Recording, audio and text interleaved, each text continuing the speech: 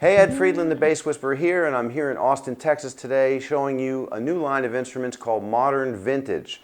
They have two models out for bass now, the Modern VIntage J4 and the Modern VIntage P4.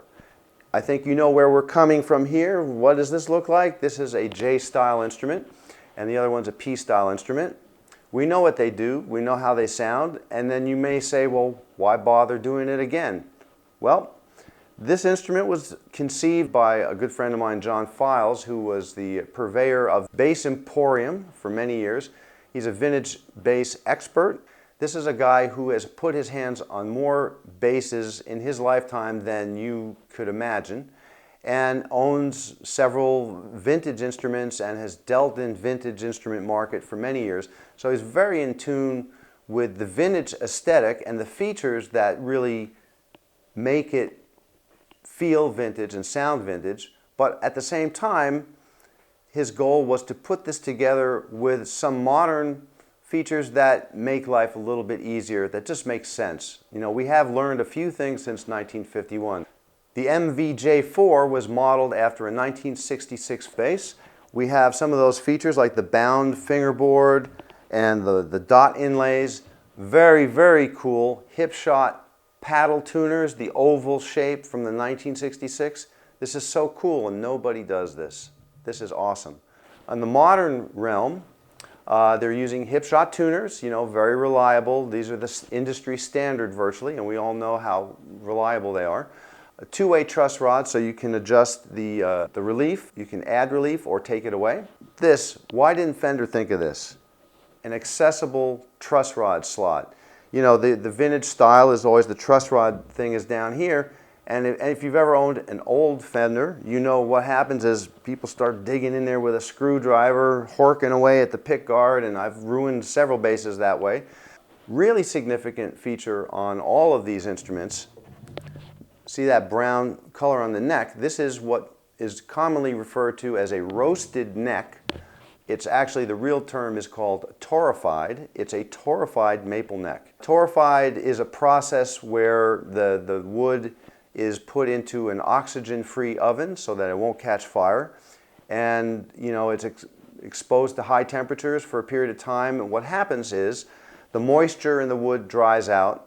The resins in the wood crystallize. And this is what happens over time with an old, like if you played a real vintage bass that's been sitting around for, you know, 40, 50 years. That's what happens naturally over time as the wood dries and the resins crystallize. They're speeding that up, and what it does, it's not just very attractive, it gives the neck a liveliness. You know, there's a sort of, you know it when you play it, it's an alive feeling neck. Another nice factor is that there's no graphite in these necks. You know, modern instruments do have a tendency to use graphite for stability, and you know, there are advantages perhaps to this, but frankly, if you're into the old sound, this is not what you want. Just saying. One of the reasons they use graphite is to help eliminate the dead spot, which is the classic issue, right? But this instrument,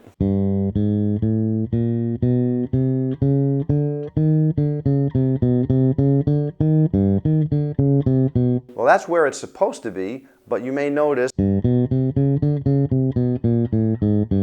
there's no dead spot on any of these basses. And you can attribute that to the headstock mass is slightly less, and the torrefication process, well, what can I say? Scientists may disagree, but this thing has no dead spot. Another significant feature on the modern vintage instruments is steel bridge saddles. Now, the original had steel bridge saddles. Later on, they moved to aluminum and brass. Of course, you know, when you buy replacement bridges now, mostly that's what you're going to find at your choice. Aluminum for lightweight or brass for heavy. The steel saddles have a completely different attack. If you've played the old Fenders with the steel saddles and you pick this up, you're going to notice right away that it's got that same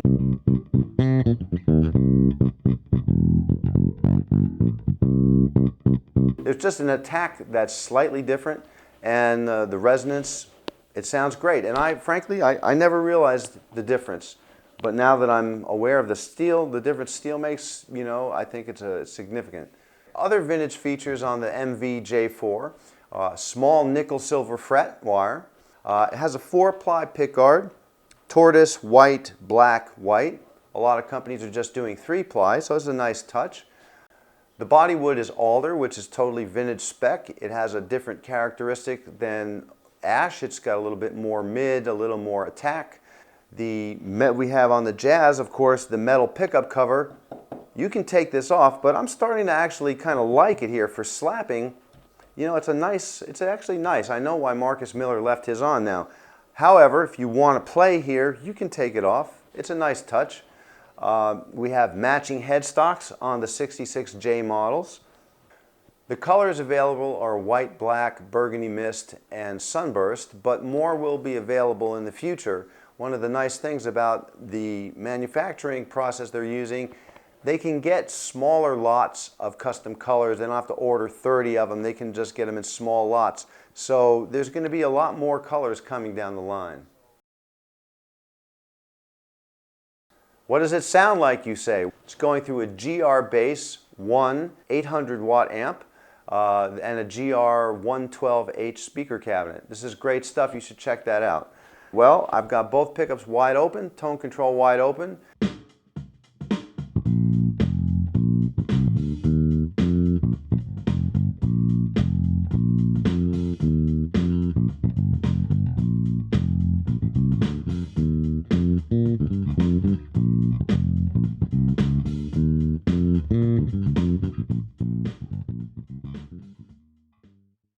Now fingerstyle with just the front pickup.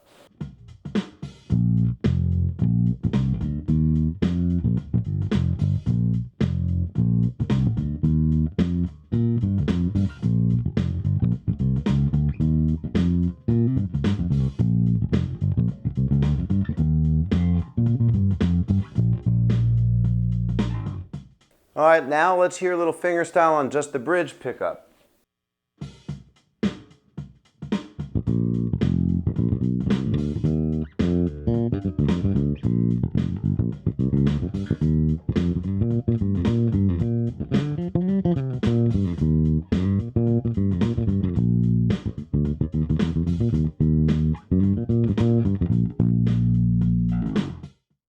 Of course you want to hear what it sounds like slapped. Both pickups are up full, tone is up full.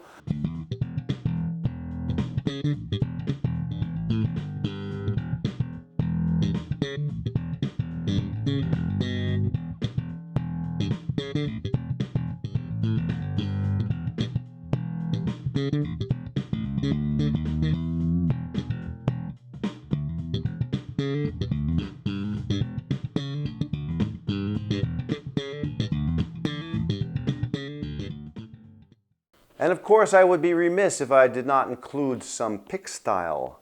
Both pickups are up full, tone is wide open. I'll play a little bit open and then I'll mute.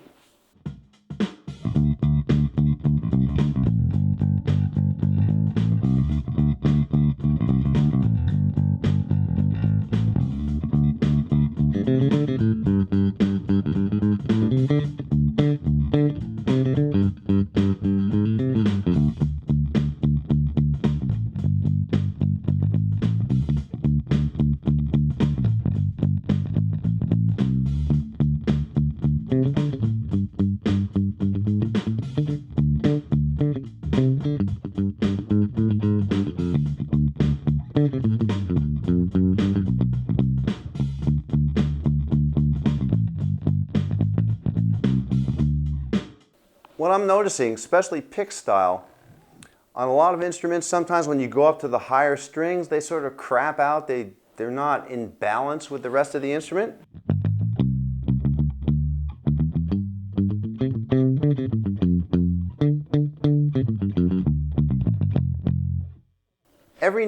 Each string seems very much balanced to me, and that's something that I find with pick style, because the pick is this one surface, you know. When you can make adjustments with your fingers to bring out the G string more, but you know, when you play with a pick, if your G string's weak, it's just plinky. This is really...